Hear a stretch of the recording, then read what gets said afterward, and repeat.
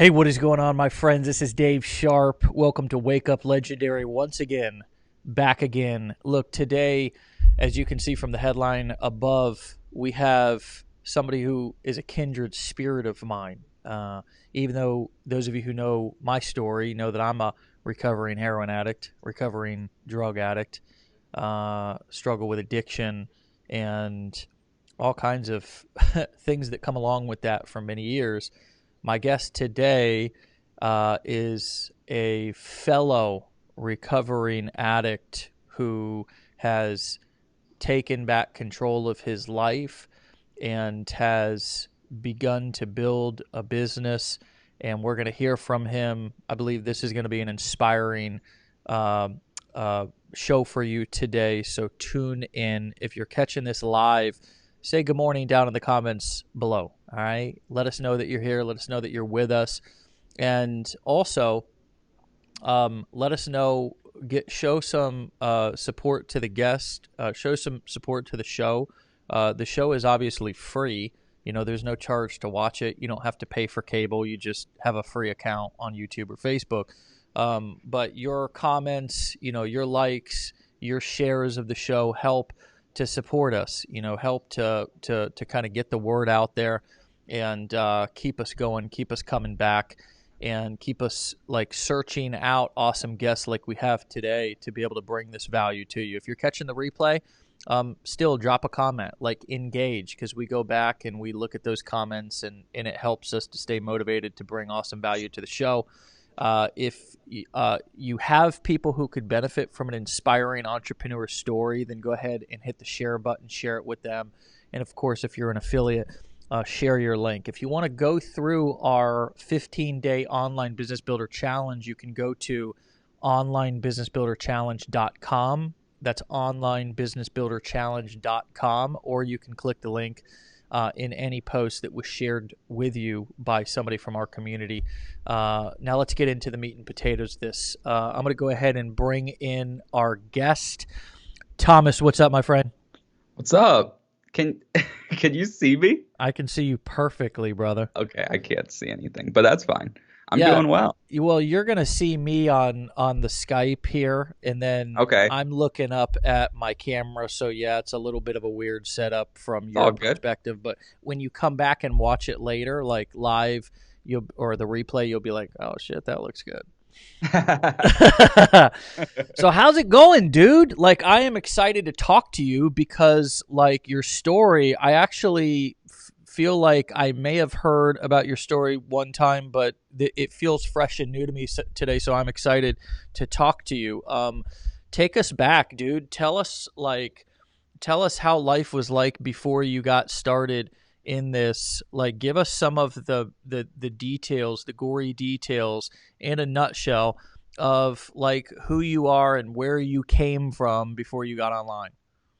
Okay, so I mean, I was pretty normal growing up. For me, I always had like this thing. I always liked money, basically, I guess you could call it, from a young age, doing lemonade stands, shoveling snow. I always, had this thought like, I want to be a business owner. That's what I want, just from a young age. Like, Mm-hmm. I always liked doing things like my uncle, he always did these things where he got good deals on stuff and did like garage sales. So from a Mm-hmm. young age, I was around stuff like that.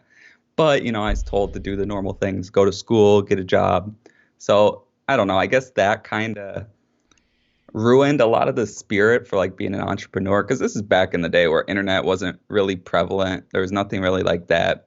So the only idea I had was like go to school, do that. So I guess that kind of really brought me through school. I hated school, not a good student. I always felt like I didn't need it, or I was too smart for it, or I just thought it was really bad. I got into trouble, Yeah. you know, smoking pot at a young age, just stuff like that. Mm-hmm. But I did get into video games and stuff like that, like playing cards. So that was really what my focus was. I was really good at that. Yeah. And it was pretty much pot and video games. I was really good, really good at those two things, not so good at school.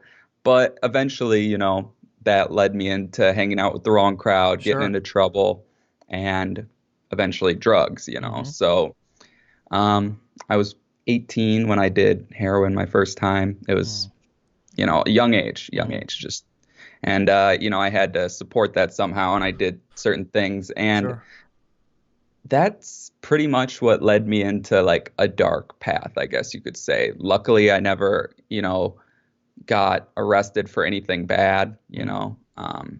but you know, I think the last 2 years of my addiction was when I would always say, I'm never gonna use a needle, this, that, and the other, and that's when it got really bad, and Right. I started overdosing, and the first time I decided like I'm gonna get clean, I I was like I'm gonna go to treatment, right? Mm.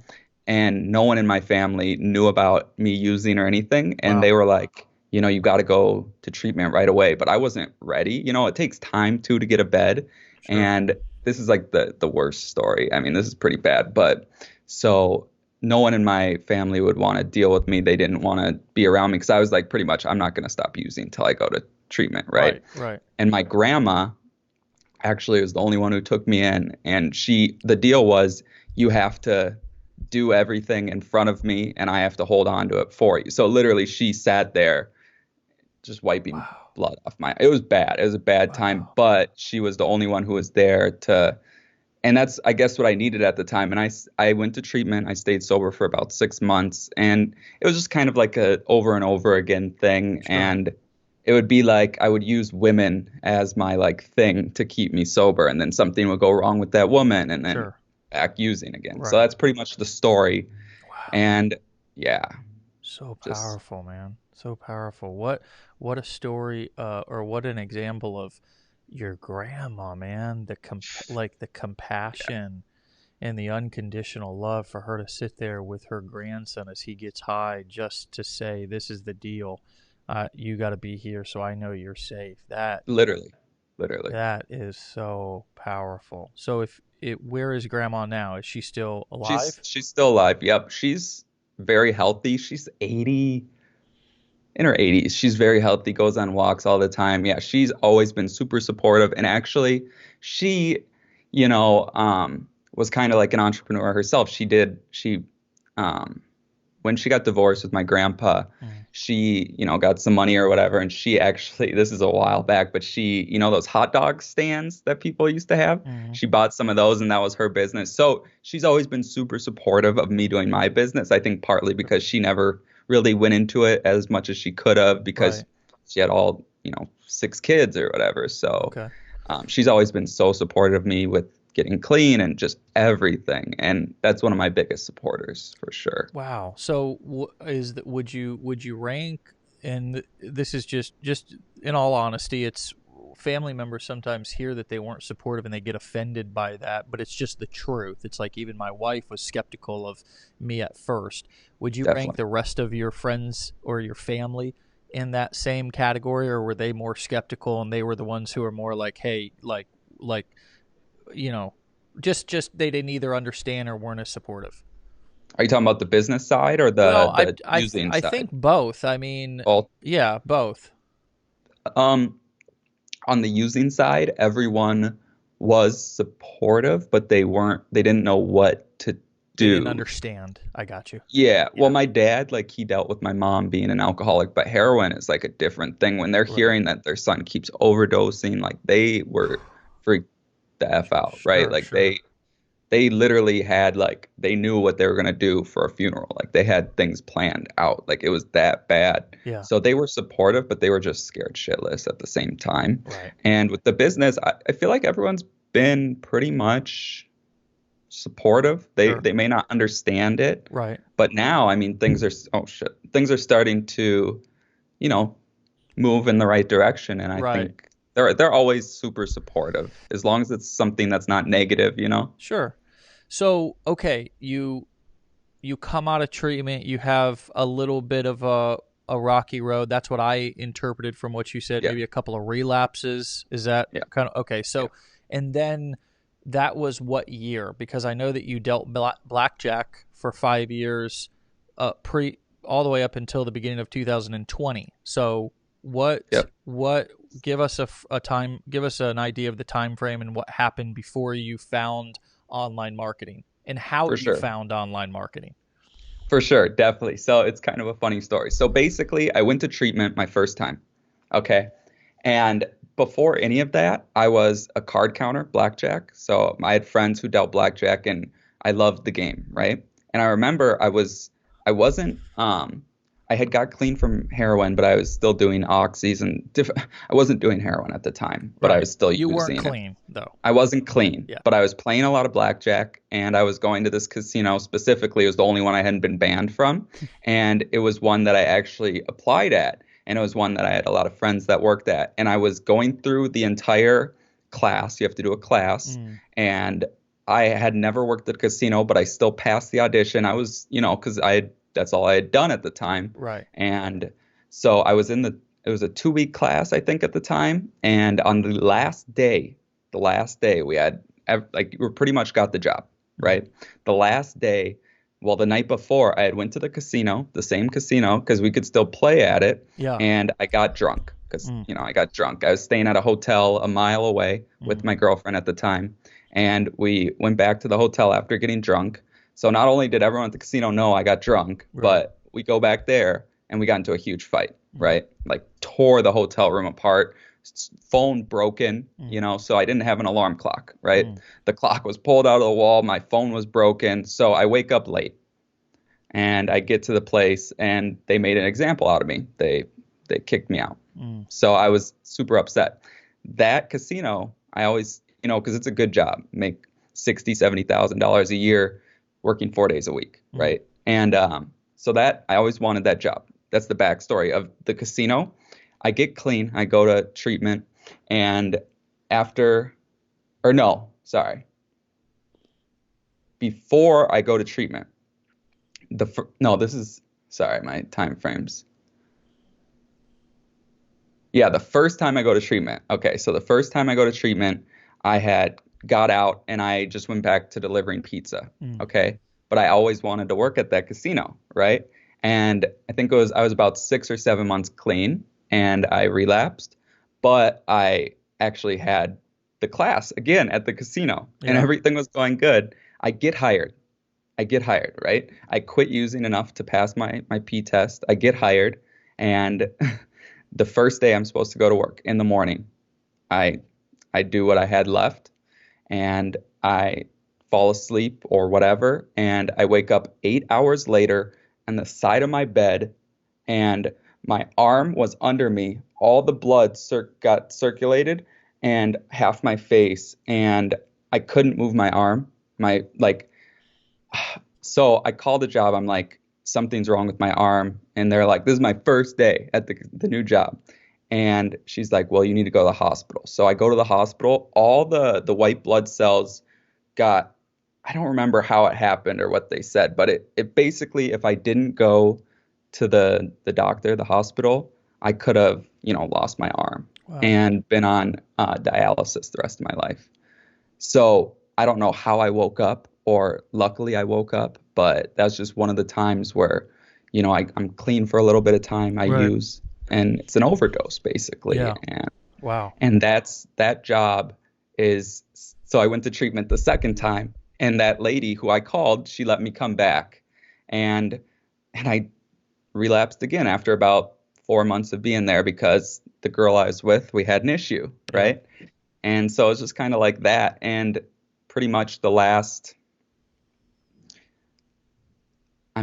I got clean and I've been there since. Like I was That's so great. close to losing my job and I Yeah. got clean. Like I told you, I got on methadone Sure. and I've been clean pretty much the last 4 years, a little under 4 years. And I've been at that same job the whole time. Yeah. So I was very fortunate that they kept me there and gave me another chance after, because I was honest after the second time.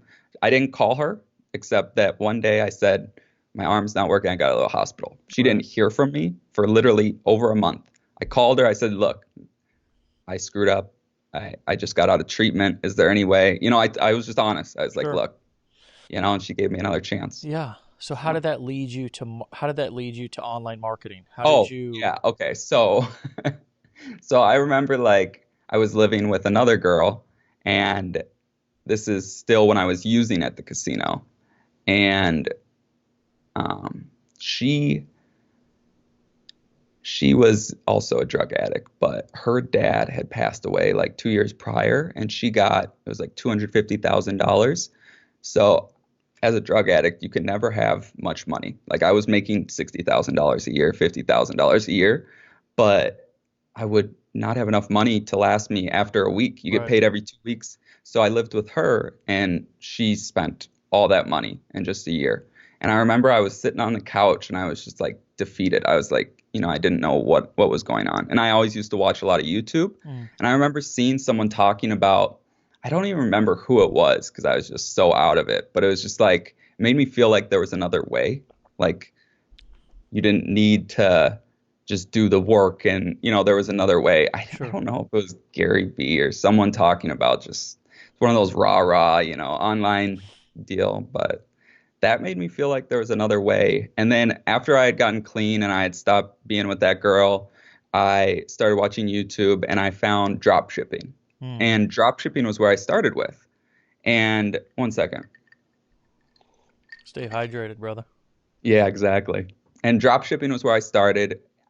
I wouldn't say I had success, but I made probably $2,000, Mm. about broke even. Sure. I bought some courses. I learned how to do ads. I learned a lot about it. And I found someone who was doing drop shipping with ClickFunnels. Mm-hmm. Okay. So ClickFunnels, I started watching his videos, and then I started seeing videos of Russell Brunson. And that's how I got kind of brought in, because YouTube will start suggesting stuff. Sure. That's how I kind of got brought into like affiliate marketing with ClickFunnels and that whole world. And that's when I switched to affiliate marketing. Mm. And that's how it kind of all started. And I always wanted to do YouTube because I felt like I could do this, like I talk to people all day. I could do this, Right. So that's kind of how I got brought into it. A long drawn out story, but Yeah, no, I mean, I think it's important to know the backstory, and right. you guys who are watching, it's like, I think one of the biggest stories that we tell ourselves is just, there's no hope for me. Like, I'm not as talented. I mean, I like to say this is actually a recovery thing I learned sort of in the recovery world, is that if anybody talked to me the way that I talk to myself, I'd kick their butt. You know what I mean? So Right. it's like Right. we come into entrepreneurship and online marketing, and there's cameras and video and social media. And I mean, really marketing, we think about it, and marketing is putting ourselves out there or putting out some sort of message about the product. Right. So when we get started, we've got a lot of stories in our head. I mean, of course, my story when I got started was had a similar background to you, not identical, of course, but who the heck wants to listen to a ninth grade dropout, ex-homeless, addicted, guy who has no credibility? And, so I had to act as if, and I had to do all the things that I talk about all the time. I had to improve my self-worth. I had to improve my self-image, so that backstory is important. For you, I'm curious, why were you attracted to affiliate marketing over drop shipping? That's a good question, to be honest. I don't, probably the time freedom aspect of it, I'd probably say is the whole story that most people give you that is BS most of the time. But I did like the fact that you could make like recurring, especially with ClickFunnels. I like the fact that you could make recurring income, because with drop shipping, run ads, pay for shipping costs, pay for so much, right? Well, you're And the then, business. of course, I mean, even though you're right. sourcing products from AliExpress or whatever, you still have to be responsible for the product getting to the door, or else, Exactly. and you have to be responsible Chargebacks. for the merchant accounts. And exactly, I think that's one of the biggest things that a lot of people don't think about or talk about with drop shipping or e-commerce, is that it's a big deal, and it's really a difficult thing when you go into actually processing your own payments for your products. And one of the reasons why I like the education industry, meaning courses, coaching, and masterminds, right? Those are the three ways to sell information. I mean, really, you can't sell information any other way, or education. And or affiliate marketing, selling other people's, right? Because people can get instant access to that or get immediately enrolled in the process, versus if you're sourcing the camera stand from China and it doesn't arrive people start saying, "Oh, I got People are ripped pissed. off. I'm going to Yeah. charge back." Then all of a sudden, you lose your Stripe account, you lose your PayPal account, and then all of a sudden, out of nowhere, you're out of business Yeah. that day. Literally. Literally. So I'm not saying that people aren't being successful with it, but can the Right. masses be successful with that? It's difficult, and Definitely. that. So, anyways, that's my perspective. I can see how that would be difficult for somebody who's new, and it's interesting to hear that story. So, your experience with that. So, what has happened over the past? That was a year ago that you went full time in affiliate marketing. Basically, you were like, "This is going to be my focus," right? It was January 2019 is when I started my LLC. Okay. So a little over a year ago. That's when you got Yep. serious. What did Yep. starting that LLC do for you mentally? Was that something that was helpful? Was it a big deal? Was it like, now I'm legitimate? Did that give you more motivation? How would you describe that? Was that a defining moment? Yeah. Honestly, I had been researching, I've been watching a lot of YouTube videos. I think that's one thing. There's like a fine line, right? Like I was probably too far, like I was watching too much, I was learning too much. And then there's people who want to jump in and know nothing, right? Like you have to learn a little bit, You Yeah. can't just all of a sudden. So I was probably doing too much research, watching YouTube like all day. Mm-hmm. But I had, I was like, to feel like it's a real business and to actually know like I'm not going to quit. I'm just going to start an LLC because I know it's good for many reasons, right? I don't want to get into why it's important to have it, but to me, it felt like I won't give up as easily, right? That was Right. kind of, and I'm covered, obviously, Yeah. liability, all that stuff. But Sure. so it was a big moment for me, Awesome. definitely. Um, so what happened next? Did you immediately go into, okay, I'm going to create content on YouTube? Was that your next move? Because right now you have a TikTok channel with 50,000 followers on it, and you have a YouTube channel with, how many subscribers are on your YouTube channel? I think like 7,700. 7,700. So that takes work. That's not easy to do. That takes Right. consistency more than anything. So what happened over the last year? When did you start creating that content for those channels a year ago? Give us some timelines and kind of the story that's happened over the past 14, 15 months. For sure. So the first thing I did after buying my LLC is obviously do more research, right? Just because that's what I was into. But I Sure. found someone on YouTube. I don't want to put his name out there. I don't want to. It's just not like I don't have his permission or whatever. But I bought mentoring from him. Mm-hmm. It was like 2,500 or something like that and I got access to the course. But back in that time, a lot of people were doing like sign up for my stuff and promote my products, and I signed up with affiliate products for him. Not that it was a bad thing that I did. I learned a lot, Yeah. but he was the one who pushed YouTube for me, Right. and that was truly what got me into YouTube. And looking back, I kind of felt like a little ripped off, but I learned a lot. Yeah. And I wanted to start YouTube before that, but I feel like he pushed it.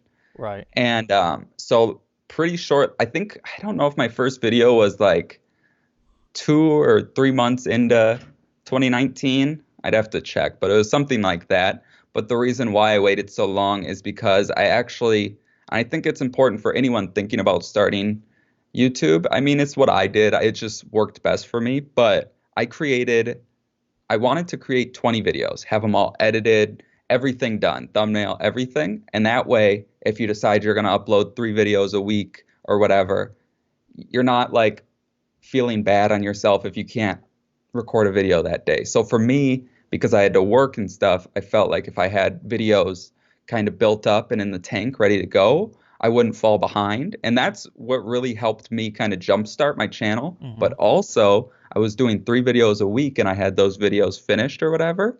And then I started focusing on blogging, Twitter, and doing all this other stuff. And I wasn't focused, right? Yeah. If I had just been focused on YouTube, I could have just created a video whenever, I would have had the time. Mm-hmm. And that's when I started YouTube and TikTok.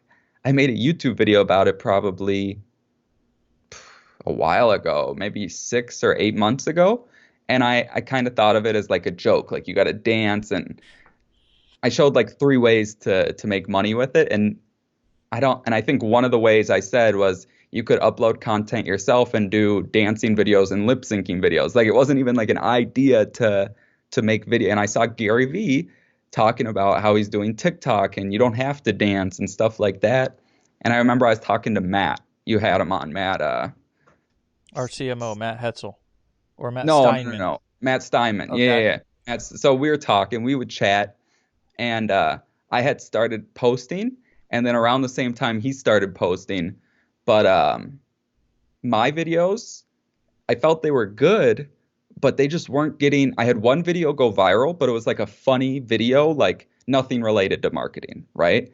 It was like, yeah, so it's just silly. Yeah. And it got like 200,000 views. And I'm like, but none of my other videos related to marketing were getting any views. And I'm looking at Matt, he's crushing it now, right? This is, I don't know, probably 3 months after I made that video on YouTube about it. Mm-hmm. And this is back when I made that video, there was like no views. When you typed in hashtag affiliate marketing, there was like no views on that. Now you go to it, it's got like 10 million views on that hashtag. So things changed. But my point is, I was getting no views on those videos. Mm-hmm. And I was talking to Matt. He could tell you, we tried everything.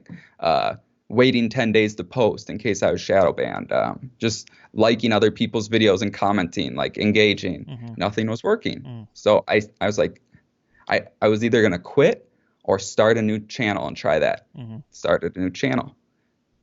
Blew up. So I don't understand TikTok. Maybe I was shadow banned, but it blew up like crazy. So yeah, that's insane. That's interesting. Yeah, there's a lot of times I've heard that story a couple of times. I think once again, there is no, like, you got to test and try. You can't be afraid. Right. I mean, especially if your channel has no views, no followers, whatever. You take a chance, you roll the dice, you start a new channel, and you're like, what the hell, you know? I mean, It's not like, I mean, to me, honestly, I think that TikTok's smart enough to know your IP address or whatever, you know? So, but I mean, who knows, right? There's no. That's exactly what I thought too. Well, sometimes you just got to roll the dice and just, you know, I've seen this happen occasionally to where people will just upload an absolute ton of content and not get any views or any traction. And for me, it's kind of like, well, I'm not behind the scenes of YouTube. I'm not behind. I mean, we're doing the best that we can, just as, like, you know, health professionals dealing with the COVID pandemic are doing the best. Right. Like we, in many respects, we're in uncharted territories. We're going where no man has gone before. We've never been on, what is it, May 7th of 2020. We don't know what's happening with these platforms. I mean, so in many respects, I think that's why the marketing as a test philosophy is such a, it's been true since day one that I started. There's never ever been a time to when it was like, well, we've now arrived to a place to where there's absolute guarantees that if you do X, Y, and Z on Facebook, you're gonna, right? One guy could do one thing, the other guy does the same exact thing, two different results. It's kind of, so you have to have that, as I've talked about many times on this show and for the past several years, that muscle that you build up of trying again. I have this saying, I said it a lot more when my daughter was 2 and 3, but keep trying, I used to say to her. Right. I mean, when you're talking to a child, you got to make things really simple, but man, that is so true in everything. Keep trying. And so now all of a sudden you're up to this place to where you've caught fire now. You've caught momentum. So let's give a couple of tips from your experience. We've got a lot of people now in our community. We just released a TikTok training at 15secondfreeleads.com, and that's the 15, the number is 15, 15secondfreeleads.com. But give us a couple of tips on TikTok. What if somebody was brand new, starting just today, and you had 3 tips you could give them, what would you say? Okay. And how do you come up with content as well? I mean, I think that's also maybe just as helpful to kind of go through that? Do you just wing it or whatever? So what would you say to that? Okay. Take us through, and before you get into the 3 tips, take us through your process of how you come up with content. Do you get inspiration from other examples and content creators, or how do you go about that? Okay.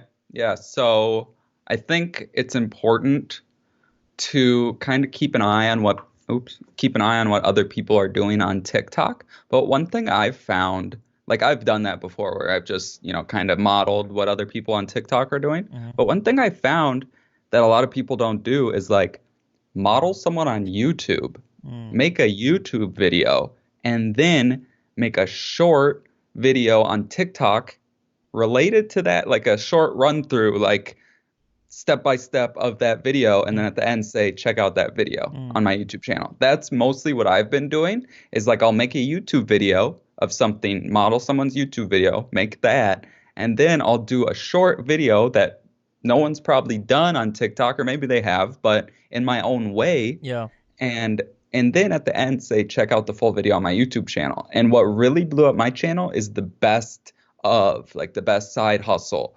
I was just doing, random videos, and now I'm at 25. I did best side hustle 1 through 25.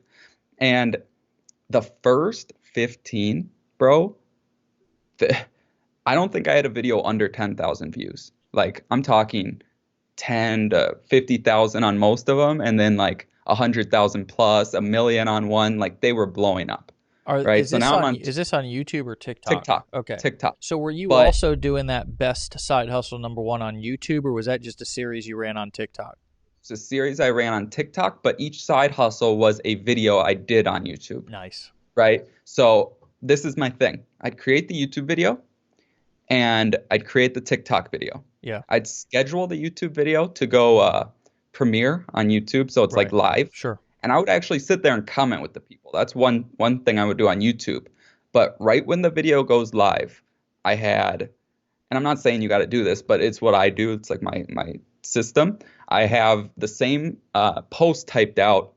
This video just went live on Facebook or on YouTube. Check it out here or whatever. That's just the post. And I post it on every social media thing. And then I post the thing on TikTok all at the same time. Right? Doesn't matter if you only have 2 platforms, just do them all at the same time. And that's what worked for me. Like it's just blowing them up. Like, and I don't know if. And that's all pointing towards the YouTube video. So you're sending all that traffic to the YouTube video, which is probably telling YouTube, wow, people are interested in this video. So it's pushing the authority.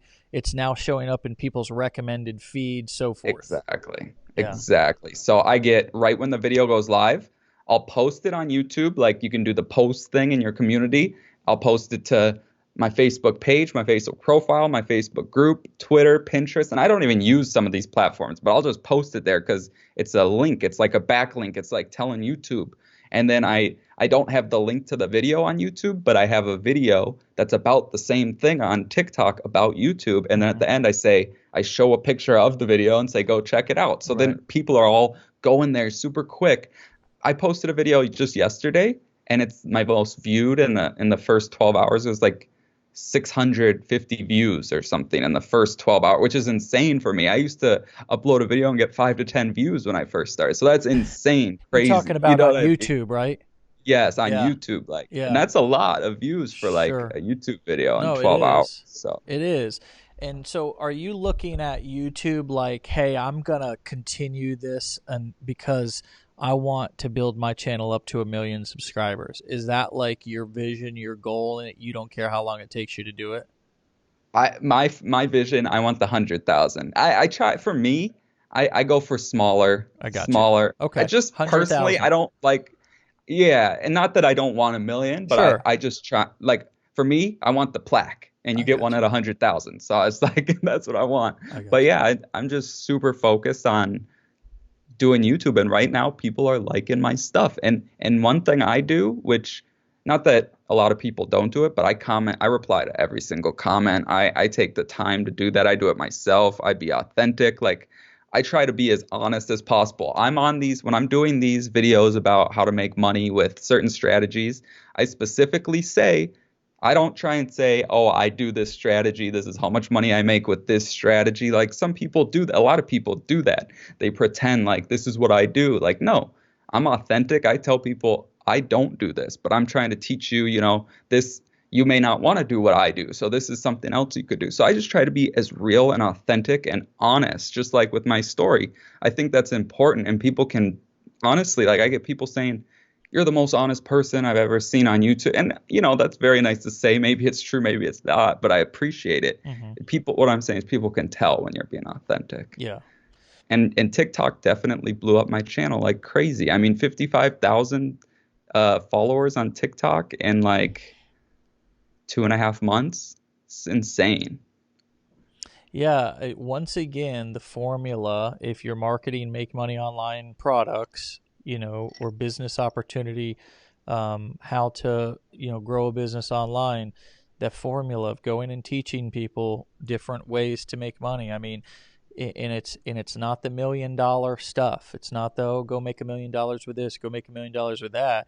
It's the, hey, here's how to make $5 over here filling out surveys. Hey, here's how to make, $20 an hour over here as a freelancer on Upwork. Hey, here's how to make $5 a pop over here, removing the background image over here on Fiverr. And just giving people these little nuggets, they appreciate that. That's realistic. That's attainable for them. So if you're making content and you're in this niche, now if you're in other niches, you need to figure out what are the little tiny value bombs, if you will, or things that can give somebody results right away, or that they can see a change. They can, I gave the example the other day of dog walking. There's a product that we teach in our blueprints class because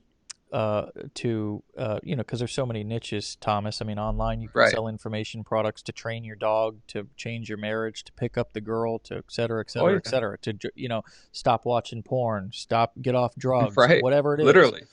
So, literally. If you're gonna sell something, in the, stop watching porn niche, it's like, well, what can you, I saw one guy was selling this journaling technique, a little ebook download, had some other affiliate products on the back end that he found that were spirituality and personal development related, and it's such a little sub niche. Then you've got dog training over here. Well, you've got what kind of content can you create on your channel that's going to give a little value bomb? Well, hey, here's how to get your dog to sit.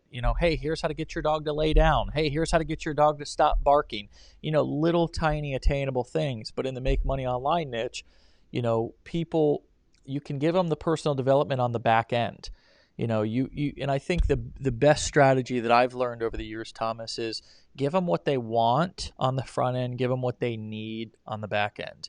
And we do that in a certain way in Legendary. We don't lead bringing people into our community, into our company with these shows. These shows are more for our community.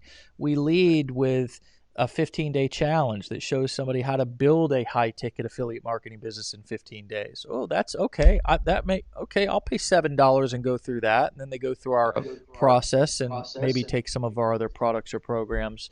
And then they get involved in our show, in our community, and we teach them how to think and how to, evolve and increase their self-worth. So, dude, great stuff. What would you leave people with in terms of advice for growing and being successful with their business? I mean, what has been the biggest thing for you? And it doesn't have to be a big aha thing, but what's been the thing that you would credit for you continuing to persevere and now experiencing the success that you're experiencing? I think there's a few things. Honestly, it's like not looking at where other people are at, noticing it, but not like comparing yourself to where they're at when they may have been at it for 5 years and you just joined 5 days ago. You're not just going to leap like that. Like, that's one thing, not comparing yourself. I used to do that a ton, like a ton, and that would kill me, right? That's why I almost quit before I found Legendary, actually. And just being consistent, like just keep posting, keep doing it. Try and get a little better each day, just a little bit better. Like I said, when I first started, 5 to 10 views on videos that took me 8 hours to make. Now I can get the videos done quicker and I keep getting more views, just a little bit better. Just consistency and not comparing, truly. Nice. Nice. And I love how you are doing the unscalable things. I talked about this with Right. Alex a couple of last week or so, and doing the unscalable things. This is a training that our CMO Matt Hetzel did in our marketers club for our members. It was do the unscalable things at the beginning, and sometimes even do the unscalable things as you proceed. You know, every single Right. person who buys our business blueprints program, I shoot a personal welcome video with my phone and we send it out. Every single person. And it's only 30 seconds. It's something that I can do quick, but every single person that comes in and buys that program, I shoot them a personal welcome video. Makes a difference. It does. Makes a big It difference. does. A It big does. difference. So you Definitely. sitting there on your YouTube channel when you premiere up a video and sitting there and watching it with people. Wow. What? Yeah. Every time. Every time. Wow. I reply to every single comment too. TikTok even. Every single even the negative ones. You know, Sure. sometimes I won't, but I'll be like, thanks for watching. I'm sorry you feel that way. Yeah. Just, you know, don't let the negativity get you down either. That's another thing. Yeah. Seriously. Well, people are so negative, dude. Oh God. It's Especially on TikTok. It's unbelievable. Oh, well, it's like they're just jaded, man, with life. You know what I mean? Yeah. So, but that's unfortunate. You know, I mean, that's It is. not our problem. But I love how you Exactly. respond, and I love how you just I just take that away from this interview with you this morning, doing the unscalable things, doing the things that, you know, it's like you don't have an attitude of entitlement, dude. You don't, I Right. don't take away from talking to you that you feel that you're entitled to any form of success. You're Definitely working not. for every commission you get. You're working for every follower you get. You're working for every person, every fan. You're working for everything, and it's not overwhelming. You're having fun doing it, but you're just prioritizing your energy on income producing activities. And those replying to those comments or watching that premiere video as it premieres, it may not put $1 in your bank account immediately, but it wins somebody over. Definitely. It delivers a level of connection and realness, and that just, you know what, puts a dot. It's like let me put, it's like it's like dropping money in the savings account or something, or dropping Yeah. money in an investment account. It's not going to grow right now, but when, you know, 10 years down the road, it's going to be worth 100 times what it is right now. And I Yeah. just, if you, in whatever it is, I mean, if it's 1 year, probably you're going to pick up that compounding momentum, and you're going to hit that Yeah. 100,000 subscribers on your YouTube within the next 12 to 24 months, right? So, and if half of those people, it's unrealistic to say that every single one, but if half of those people, because you continue to do what you're doing, are raving fans of yours, you're Exactly. going to be able to recommend something, or you're going to be able to sell something. And I mean, the explosion, the conversion rate is going to be just through the roof, because people are so hopefully that also, me telling you that, I fully believe what I'm saying here, keeps you motivated, because I see that in your future of you continuing to do that, you're going to have so much influence, and it's going to be authentic influence. Right. It's Oh, not I going to be appreciate that. manipulative influence. It's going to be authentic influence over your following, because you invested so much. Those dividends are going to Right. pay off in such a powerful way. So, dude, I'm happy for you. I'm proud of you as a fellow recovering addict. I'm just thrilled. Keep up the great work, dude, and thanks for coming on. I'd like to have you back on in the future, and we'll get an For update sure. of what you're doing. Yeah. Thanks, bro. I appreciate that. All It's a right, good man. time. All right, Have I'll a good talk to one. you later, buddy. All right. See ya. See ya. All right, my friends. Wow, what a powerful story. It really is. It really is. Hold on a second. Well, looks like I've got a little bit of a I can't get my computer to do what I want it to do. But anyways, We are going to be back tomorrow. Man, what a powerful story. Okay. Sometimes I just got to kind of walk away here and sort of, let what just happened or what I just heard or talk to somebody about marinate. And I hope you got so much value out of this conversation today, because it's the simple things. Now, don't you see? It's not the the burning bushes. It's not the pot at the end of the rainbow. It's not these like magical like tricks or hacks or whatever. It's that unscalable, doing the things other people are unwilling to do, that leads you to success faster, right? It's an explosion. It actually seems slow.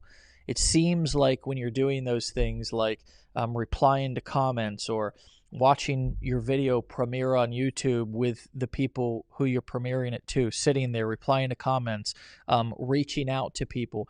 We had a guest on yesterday who, he said that he posted a meme on Facebook, a famous person liked it, an author of a book, and then he turned around and sent him a message and said, "Hey, thanks for liking my meme. Can I interview you?" And then you expand your network, So, man, it's like, I believe through my own success, but also in my own experience, but also talking to so many people, when you really listen to their story, when you really listen to what it is that's made them successful, it's doing the things that other people are just unwilling to do, or doing the things that other people overlook, right? They just overlook them. Like, oh gosh, that doesn't matter, or that message isn't going to make an impact, or that comment's not going to make an impact. When if you put enough of those deposits in your piggy bank, they pay off. They pay dividends. That's how you get wealthy. If you want to use the analogy of how do I get wealthy with money, I save. I save and I invest, and then that money multiplies. And the same thing is true with a business.